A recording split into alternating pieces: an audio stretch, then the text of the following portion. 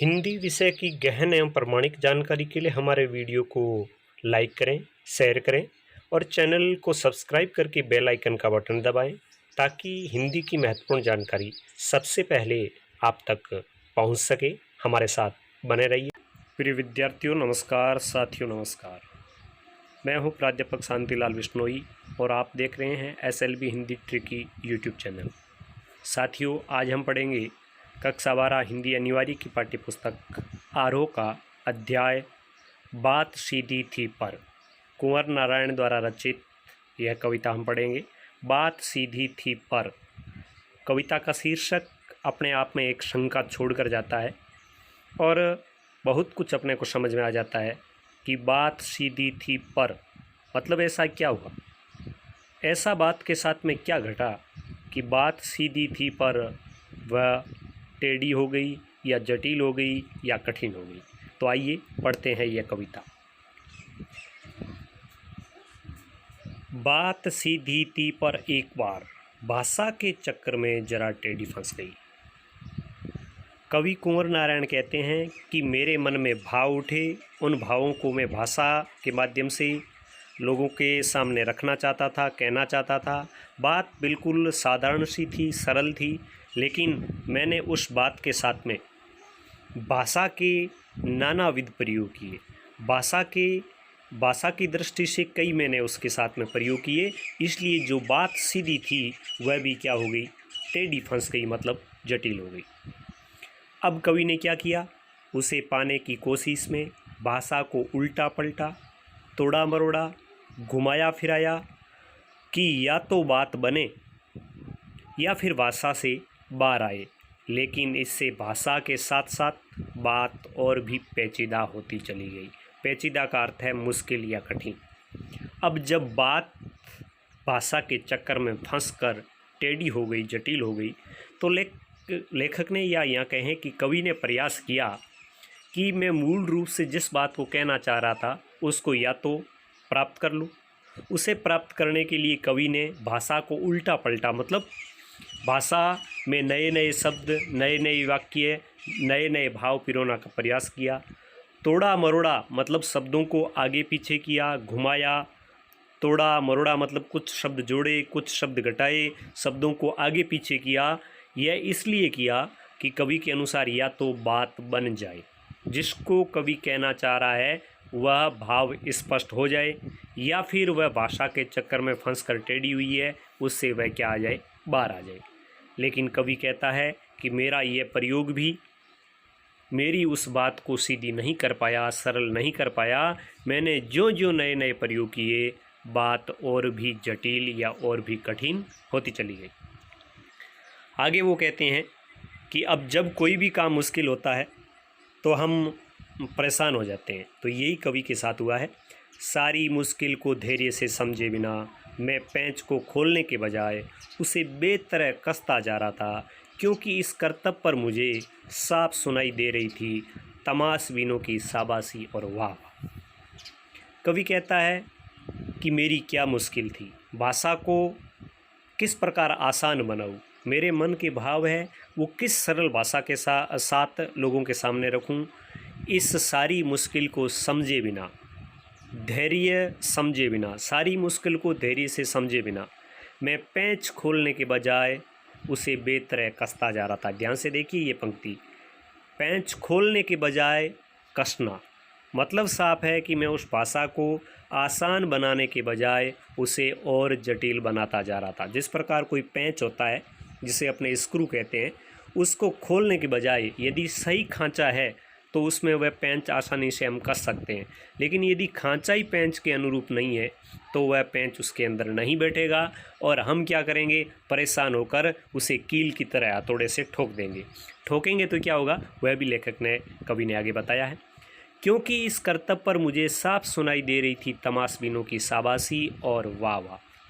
कवि कहता है कि जो ये नाटक देखने वाले लोग थे, मतलब देखने वालों के लिए ये कर्तव्य था, उनके लिए ये एक मनोरंजन का माध्यम था, और मुझे देखने वाले लोग मेरे इस प्रकार का कार्य देखकर, मुझे इस तरह परेशान देखकर, मुझे इस साथ भाषा के साथ में उलझते देखकर वो आनंदित हो रहे थे और मुझे शाबाशी और मेरी वाहवाही दे रहे थे।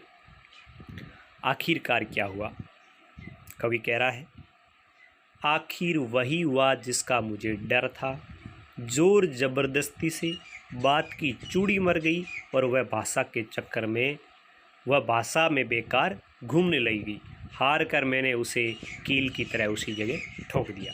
तो ये बात कवि ने कही है कि कोई भी काम होता है उसमें मुश्किल जब आती है तो हमें धैर्य रखना बहुत ज़रूरी होती है। ये कविता का संदेश भी है। जब तक हम धैर्य नहीं रखेंगे तब तक हम सफल नहीं हो सकते। तो कवि कहता है कि आखिरकार वही हुआ जिससे मुझे डर था।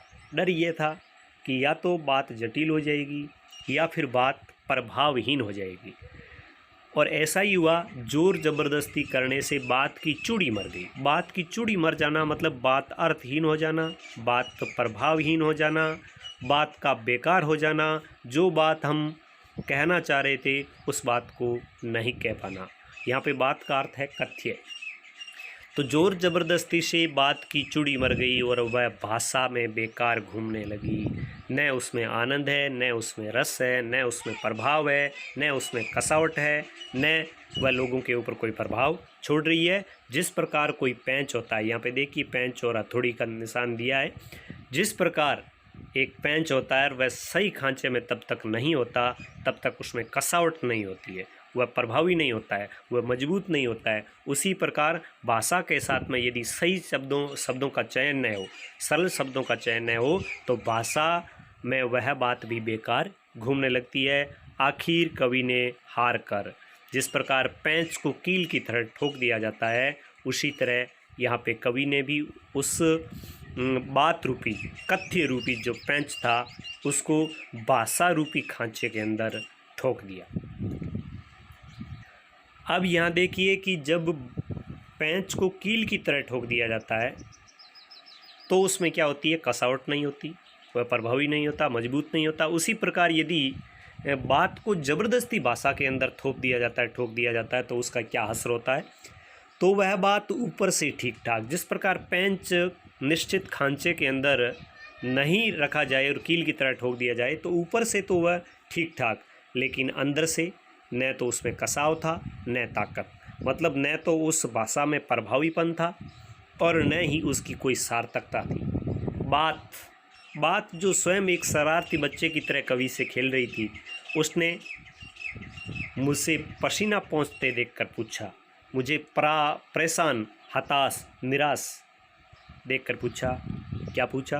बात जो बच्चे की तरह, शरारती बच्चे की तरह मुझसे खेल रही थी, उसने पूछा, क्या तुमने भाषा को सहूलियत से बरतना सीखा है? सहूलियत का अर्थ है सलीके से।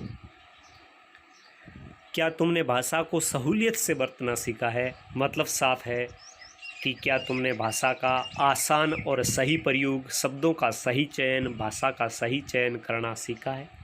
अर्थात कवि के कहने का आशय है कि मैं जिस बात को कहना चाह रहा था, यदि उसे आसान शब्दों में, आसान भावों में यदि कहना चाहता तो मैं कह देता, लेकिन भाषा के चक्कर में उस बात को प्रभावी बनाने के लिए, उसको और आकर्षक बनाने के लिए, उसको लोगों के सामने एक अलग ढंग से पेश करने के लिए मैंने भाषा के नानाविध प्रयोग किए और इन प्रयोगों से जो मैं कहना चाह रहा था वो नहीं कह पाया, और जो बात सार्थक होनी चाहिए थी आखिर में वह निरर्थक होकर एक फ्री हुए पेंच की तरह, यानी एक बेकार हुए पेंच की तरह एक खांचे के अंदर घूमने लगी, भाषा रूपी खांचे के अंदर घूमने लगी। मतलब कहने का यह है कि वह ऊपर से दिखने में तो ठीक ठाक दिखती है मेरी रखी हुई बात, लेकिन यदि उसकी तह में जाए, गहराई में जाए, तो वह लोगों के ऊपर कोई प्रभाव नहीं छोड़ती, लोगों को कोई आनंद प्रदान नहीं करती, लोगों को कोई रस प्रदान नहीं करती। तो प्रिय विद्यार्थियों, यह थी कुंवर नारायण जी की दूसरी कविता, जिसका शीर्षक था बात सीधी थी पर, मतलब बात आसान थी लेकिन वह जटिल हो गई। बात का अर्थ यहाँ पे कथ्य है। ठीक है, ये दोनों कविताएं हम पढ़ चुके हैं। यहाँ पे कुछ प्रश्न दिए हुए हैं और यहाँ पे बिंब और मुहावरे यदि आप यहाँ पे देखें, बात की चूड़ी मर जाना, बात की चूड़ी मर जाना मतलब बात में कसावट नहीं होना, बात में कसावट नहीं होना। बात की पैंच खोलना, बात की पैंच खोलना मतलब बात को सहज और स्पष्ट करना। बात का शरारती बच्चे की तरह खेलना, मतलब बात का पकड़ में नहीं आना। पैंच को कील की तरह ठोंक देना, मतलब बात का प्रभावहीन हो जाना। तो ये कुछ बिंब और मुहावरे हैं और उसकी विशेषता बताई है। तो मैं आपसे कहना चाहूँगा कि इनको आप ढंग से याद करें तो कविता का जो भावार्थ है वो थोड़ा आपके लिए आसान हो जाएगा। तो आज बस इतना ही, मिलेंगे आगे किसी और नई क्लास के साथ। तब तक आइए दीजिए, नमस्कार, जय हिंद।